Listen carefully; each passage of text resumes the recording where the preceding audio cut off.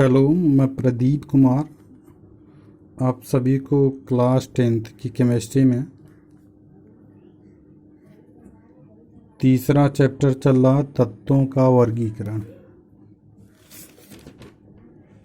तीसरा नहीं, चौथा चैप्टर है तत्वों का वर्गीकरण, जिसमें कि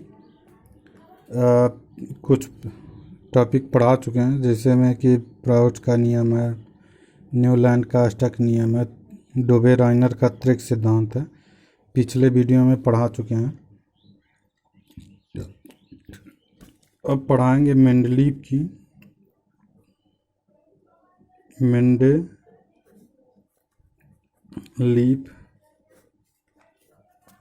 की मूल आवर्त सारणी। मेंडलीव की मूल आवर्त सारणी। तो सबसे पहले जो आवर्त सारणी तत्वों का वर्गीकरण किए, वह सबसे पहले मेंडलीव ने किया था। और इन्होंने तत्वों के उनके गुणों के आधार पर तत्वों को अलग अलग ग्रुप बना के बांटे हैं, जिसमें कि जो तत्वों का आवर्त सारणी है, उसमें कुछ यानी कि दो भागों में बांटे, एक क्षैतिज कॉलम, एक ऊर्ध्वाधर कॉलम। ऊर्ध्वाधर कॉलम मतलब कि खड़े कॉलम में इस तरह से, और क्षैतिज कॉलम में इस तरह से। तो इसमें इन्होंने तत्वों को उनके परमाणु भार के बढ़ते हुए क्रम में रखा। तो जो मूल आवर्त सारणी है, सबसे पहले तत्वों को, जो मूल आवर्त सारणी है, तत्वों के परमाणु भार के बढ़ते हुए क्रम में रखा गया है। यानी कि तत्वों का, उस समय उन्होंने बताया कि तत्वों का जो मूल लक्षण होता है वह परमाणु भार होता है, न कि परमाणु क्रमांक होता है। क्योंकि सबसे पहले परमाणु भार की खोज हुई थी, तो परमाणु भार में तत्वों को क्रम से रखा गया है। और इसमें एक वर्ग में जितने भी तत्व होते हैं, उसमें सभी तत्वों का गुण लगभग समान होता है।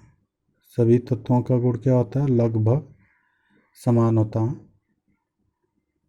और जो अगर आवर्त में बाएं से दाएं चलते हैं, या क्रम से परमाणु क्रमांक के बढ़ते हुए क्रम में चलते हैं, या परमाणु भार के बढ़ते हुए क्रम में चलते हैं, तो तत्वों का गुण क्या होता है? परिवर्तित होता जाता है। एक के बाद एक तत्व आते जाते हैं, और तत्वों का गुण क्या होता है? परिवर्तित हो जाता है।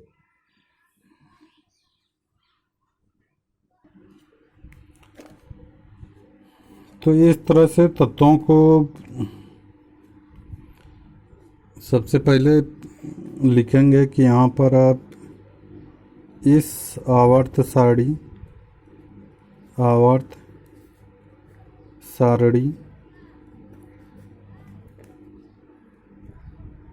को सर्वप्रथम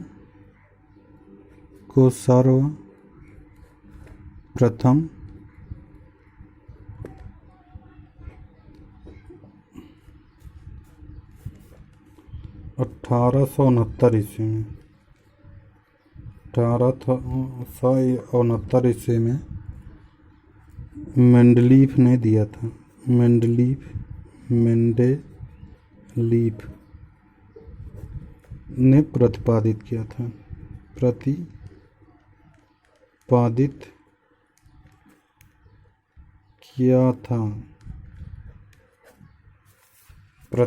किया था। और इन्होंने बताया कि तत्वों का जो मूल लक्षण होता है वह परमाणु भार होता है। तो इन्होंने तत्वों को उनके परमाणु भार के बढ़ते हुए क्रम में रखा और आवर्त सारणी का निर्माण किया, और प्रत्येक तत्वों के गुणों का अध्ययन किए, और जिस समय यह तत्वों की आवर्त सारणी बनाए उस समय लगभग 58 से 60 तत्वों की खोज हुई थी। यानी कि 58 से 60 तत्वों की खोज हुई थी।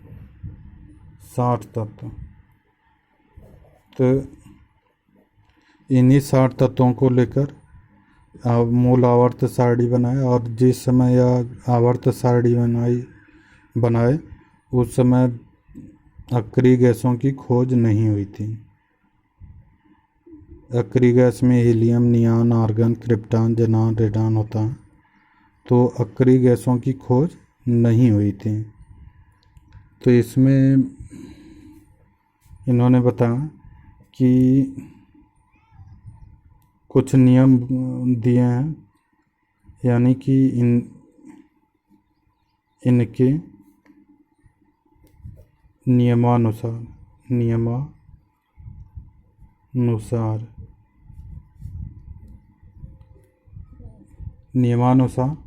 ये इन्होंने बताया कि तत्वों का भौतिक तथा रासायनिक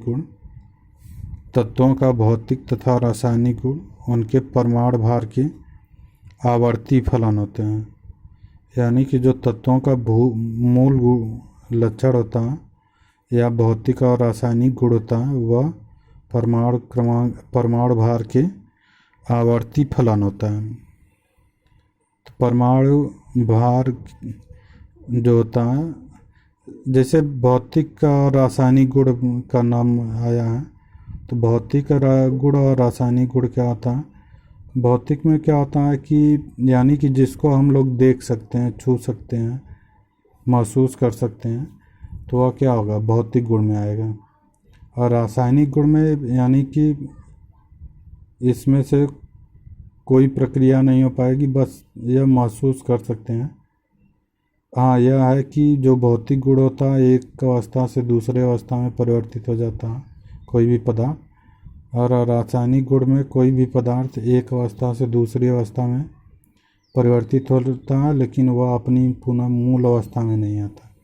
लेकिन भौतिक गुण में क्या होता है? वह अपनी अवस्था में आ जाता है।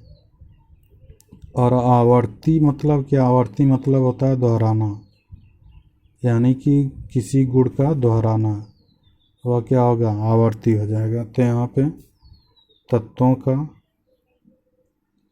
यहाँ पर इस नियम के, इनके नियमानुसार तत्वों का भौतिक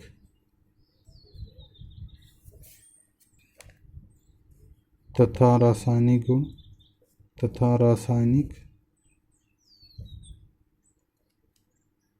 गुण उनके परमाणु भार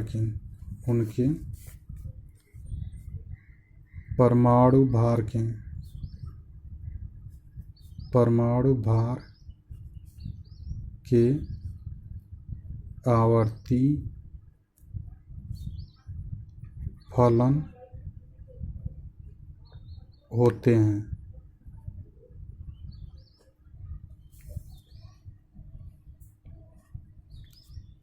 यानी कि इन्होंने बताया कि तत्वों का जो भौतिक और रासायनिक गुण होगा वह उनके परमाणु भार के क्या होंगे? आवर्ती फलन होते हैं। अर्थात आवर्ती मीन्स क्या होता है? दोहराना है।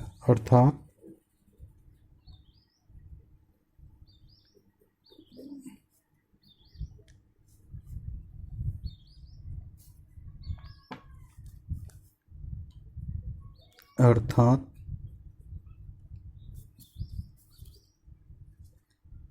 यदि तत्वों को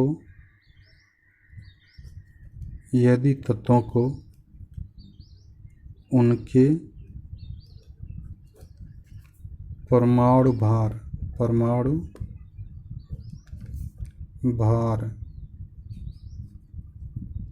के बढ़ते हुए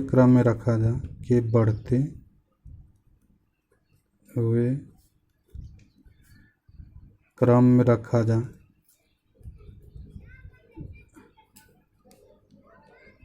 जाए, तो एक निश्चित क्रम के बाद एक निश्चित क्रम के बाद उनका गुण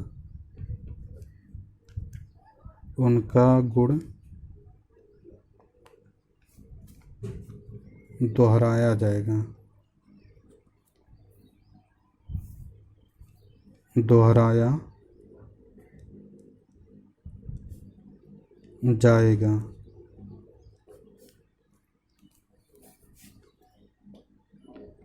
या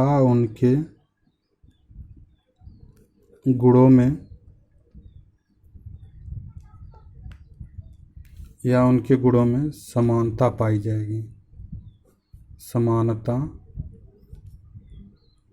पाई जाएगी।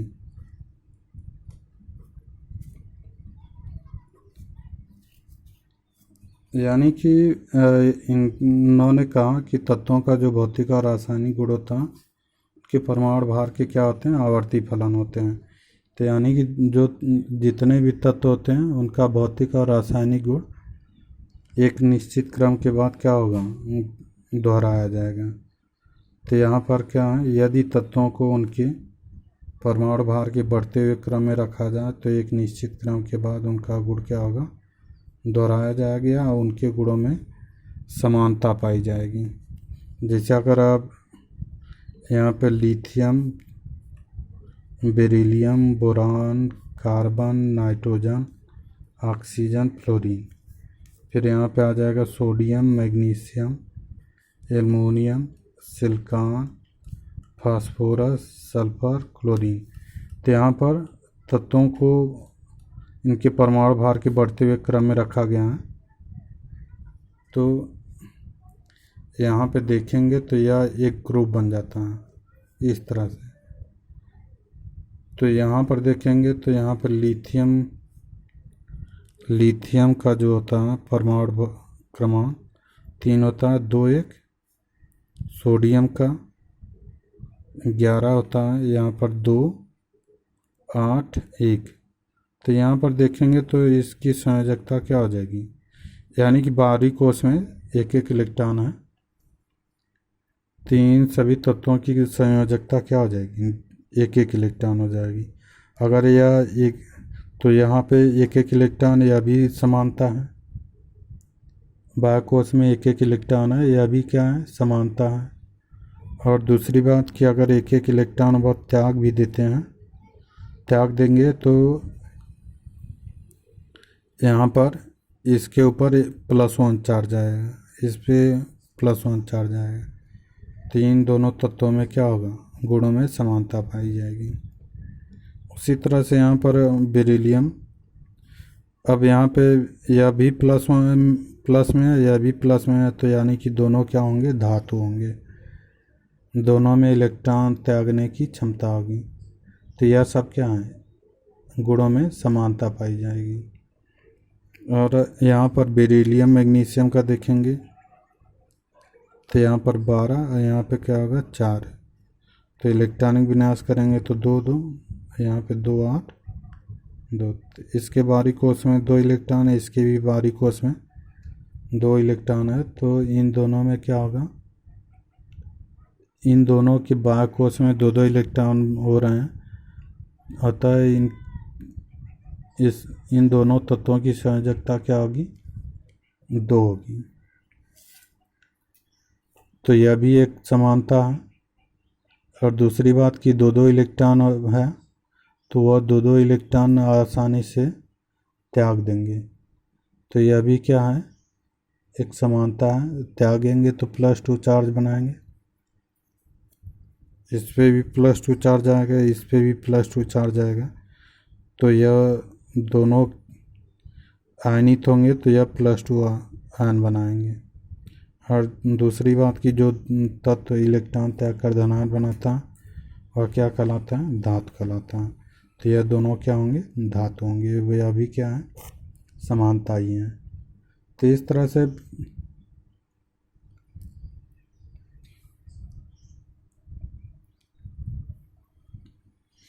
तो यहाँ से यह लिखना नहीं है, लेकिन यह है कि यहाँ से इन सभी के बारे में बता दिया गया।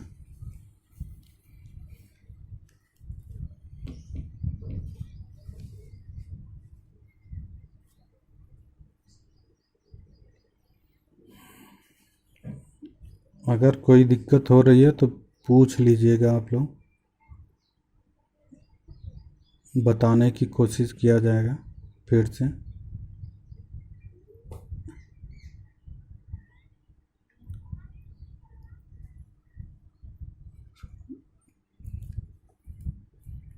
और सब लोग नोट्स बनाते जाइए, क्योंकि बहुत ज़रूरी है नोट्स बनाना, क्योंकि बोर्ड का पेपर देने के समय जो ये नोट्स होता है बहुत काम करता है, आसानी से हर चीज़ याद हो जाती हैं। और लॉकडाउन का उपयोग कीजिए और अच्छे से पढ़िए, तैयार कीजिए।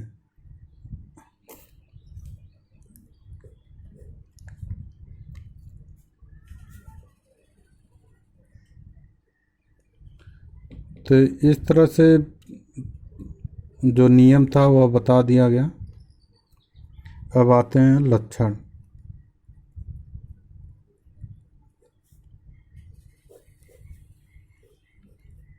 कैरेक्टरिस्टिक्स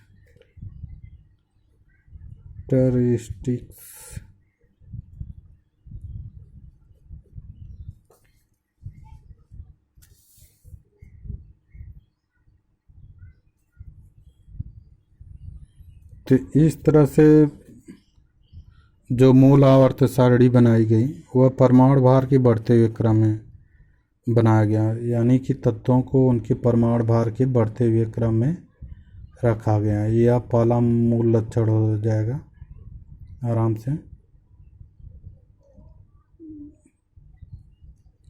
तो यानी कि कह सकते हैं कि इस आवर्त सारणी में इस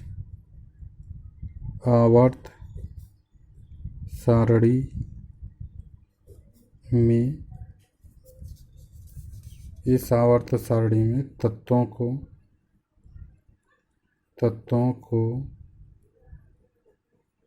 उनके परमाणु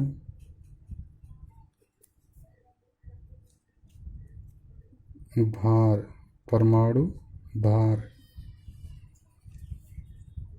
के बढ़ते हुए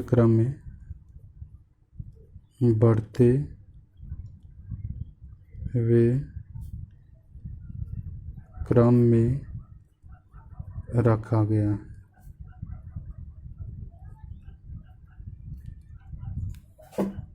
तत्वों को उनके परमाणु भार के बढ़ते हुए क्रम में रखा गया है।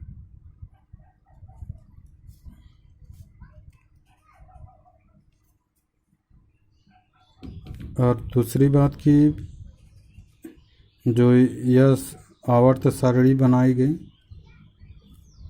उसमें इस तरह से ऊर्ध्वाधर कॉलम होते हैं और यह क्षैतिज कॉलमों में बांटा गया, यानी कि यह खड़े कॉलम हो गए और यह क्या हो गए ऊर्ध्वाधर कॉलम। तो इस आवर्त सारणी में क्या होता है कि 10 क्षैतिज कॉलम होते हैं, 10 क्षैतिज पंक्तियाँ होती हैं। 10 क्षैतिज पंक्तियों को इन्होंने 2 भागों में बांट दिया है। 8 खड़े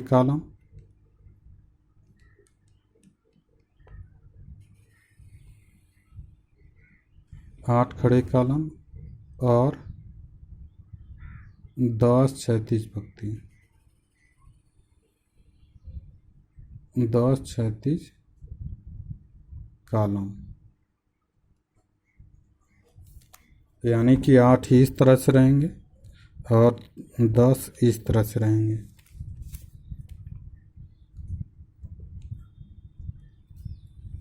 तो इसमें 8 खड़े कॉलमों को इन्होंने क्या कहा, वर्ग। वर्ग या समूह कहा, वर्ग या समूह कहा। और 2 क्षैतिज कॉलम को इन्होंने 7 आवर्तों में बांट दिया। कहेंगे कि 10 क्षैतिज कॉलम होंगे तो वह 7 आवर्तों में कैसे होंगे। तो यहाँ पे पहला, दूसरा, तीसरा, चौथा, पाँचवां, छठवां, सातवां, ये आवर्त हो गया। तो यहाँ पर पहला, दूसरा, तीसरा यह नहीं बांटा गया। चौथे में 2 पंक्ति होती है, पाँचवें में 2 पंक्ति होता, छठवें में भी 2 पंक्ति होता है, सातवां सिंगल होता है। तो यहाँ पे एक पंक्ति हो गया, 1 2 3 4 5 6 7 8 9 10। तो यह 10 क्षैतिज कॉलम होते हैं जिसको कि 7 आवर्तों में बांटा गया है। तो इस तरह से कह सकते हैं कि इस आवर्त सारणी में 10 क्षैतिज पंक्तियाँ होती हैं। इस आवर्त सारणी में 10 क्षैतिज पंक्तियाँ होती हैं जिसे 8 खड़े कॉलमों में बांटा गया है, जिसको क्या कहते हैं, वर्ग या समूह कहते हैं। और 10 क्षैतिज कॉलम होते हैं जिसे 7 आवर्तों में बांटा गया है।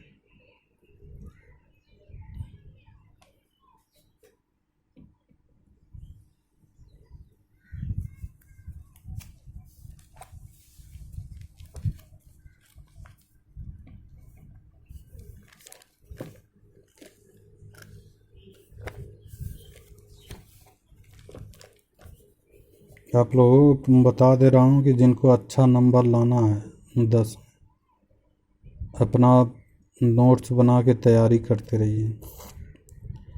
नहीं पढ़ना है तो मत पढ़िए।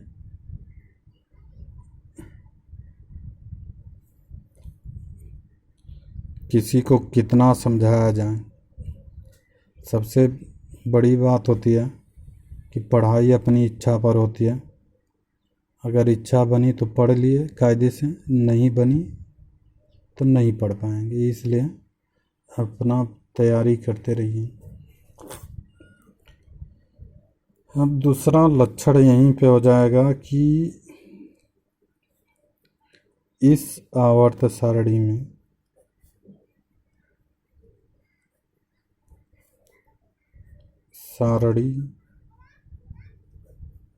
में 10 क्षैतिज श्रेणियाँ होती हैं। 10 क्षैतिज श्रेणियाँ हैं जिन्हें 10 क्षैतिज श्रेणियाँ जिन्हें 8 खड़े कॉलमों में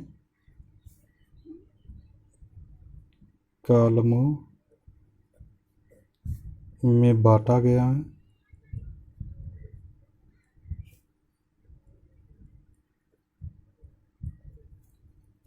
8 खड़े कॉलमों में बांटा गया है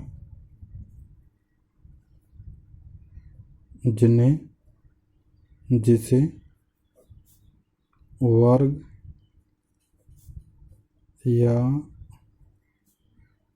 वर्ग या समूह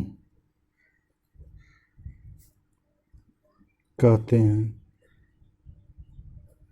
जिन्हें वर्ग या समूह कहते हैं। तथा 10 क्षैतिज कॉलम होते हैं। 10 क्षैतिज कॉलम होते हैं जिन्हें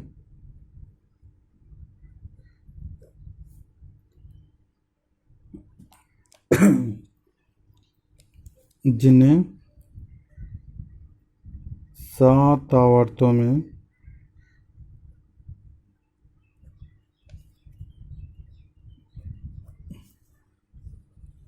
बांटा गया है।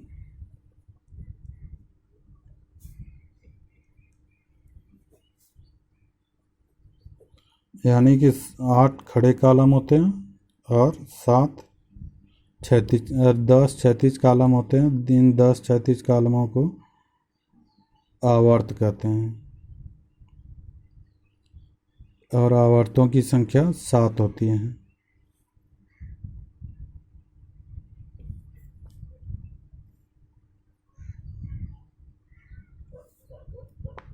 और तीसरा पॉइंट हो जाएगा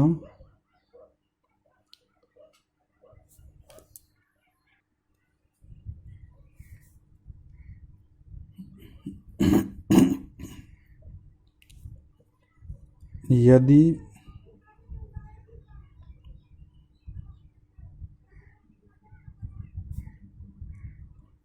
आवर्त में बाएं से दाएं चलने पर, आवर्त में बाएं से दाएं चलने पर,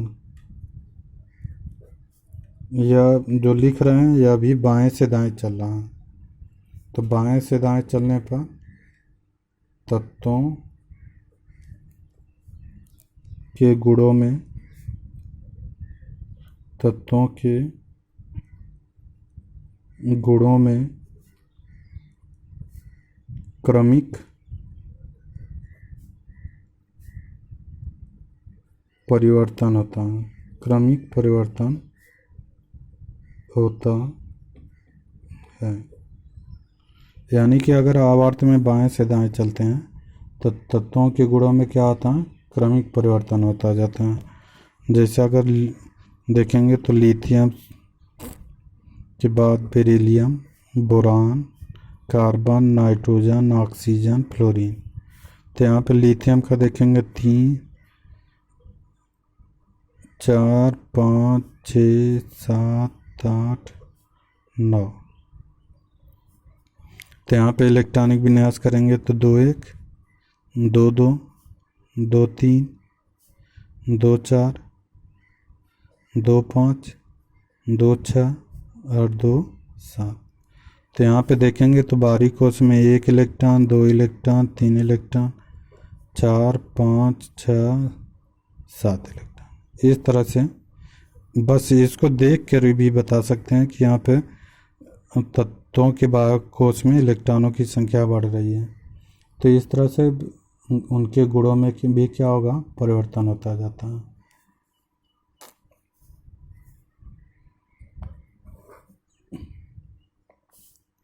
तो इसलिए कहा गया कि आवर्त में अगर बाएं से दाएं चलते हैं तो उनके गुणों में क्या होता है, क्रमिक परिवर्तन होता जाता है।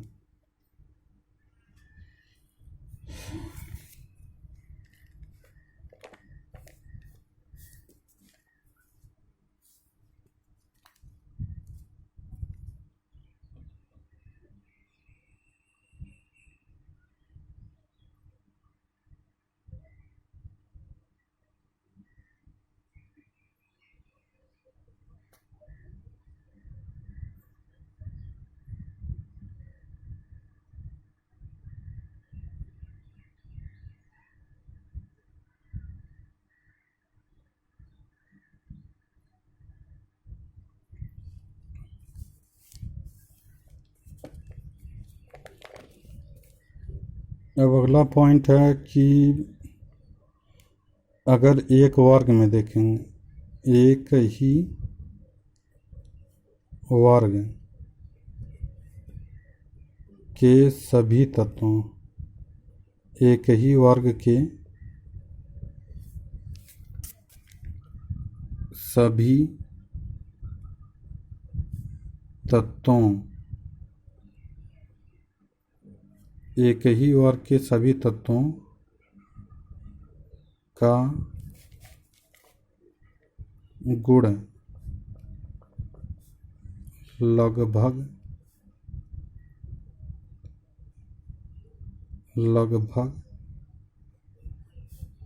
समान होता है, लगभग समान होता है।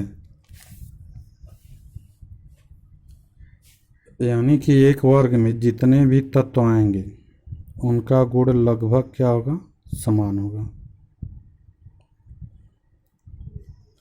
अगर जैसे देखेंगे तो यहाँ पे लिथियम, सोडियम, पोटेशियम, रुबिडियम और सीजियम, यहाँ पर देखेंगे तो यहाँ पर 3, 11, 19, 37 और 55।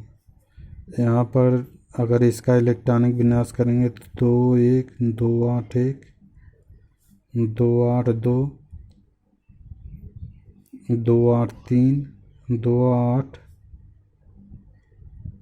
18, 8, 1, 18, 10, 28, 8, 36, 137, यह हो जाएगा 2, 8, 18, 18, 8, 1। तो यहाँ पर देखेंगे तो यह हो जाएगा बाहरी कोश में एक एक इलेक्ट्रॉन है।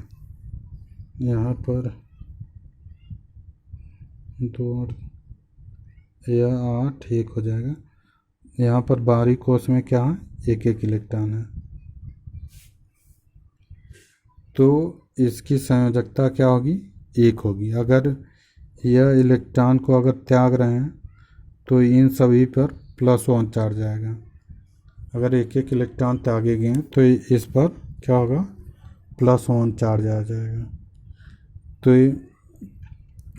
अगर +1 आएगा तो इन सब यानी कि यह सभी तत्व क्या होंगे, धातु होंगे।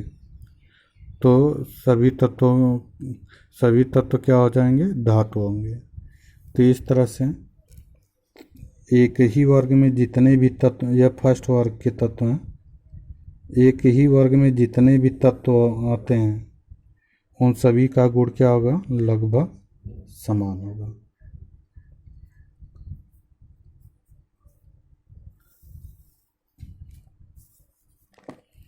तो इस तरह से हम लोग पढ़ें कि तत्वों का, इसको लिखना नहीं है, बस समझा दे रहे हैं।